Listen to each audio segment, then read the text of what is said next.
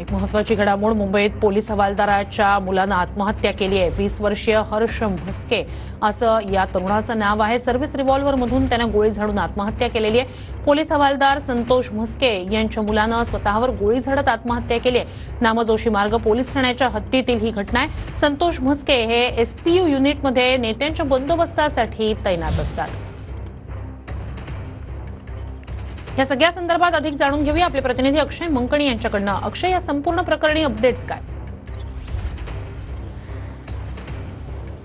श्रुती, सकाळी 11 वाजता संतोष म्हस्के जे मुंबई पोलीस दलामध्ये एसपीयू युनिटमध्ये कार्यरत आहेत त्यांचा मुलगा हर्ष म्हस्के याने सकाळी 11 वाजता राहत्या घरी जी आहे ती आत्महत्या केलेली आहे। वडिलांच्या सर्व्हिस रिव्हॉल्व्हरमधनं त्यांनी स्वतःवर गोळी झाडून ही आत्महत्या केली आहे। वरळीतल्या सेंचुरी बाजार इथल्या म्हाडा कॉलनीमधल्या या संपूर्ण 22व्या मजल्यामधल्या इमारतीमध्ये त्यांचं संपूर्ण कुटुंब राहत होतं। काल संतोष म्हस्के हे कामावरती कार्यरत होते, परंतु आज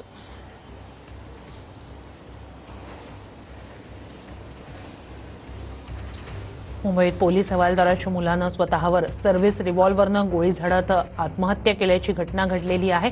पोलीस हवालदार हे एसपीओ युनिटमध्ये कार्यरत होते। म्हस्के असं त्यांचं नाव होतं आणि त्यांच्या मुलानं स्वतःवर गोळी झाडत आत्महत्या केलेली आहे। सर्व्हिस रिव्हॉल्व्हरमधून गोळी झाडत ही आत्महत्या करण्यात आलेली आहे। संतोष म्हस्के यांच्या मुलानं स्वतःवर गोळी झाडत आत्महत्या केली आहे।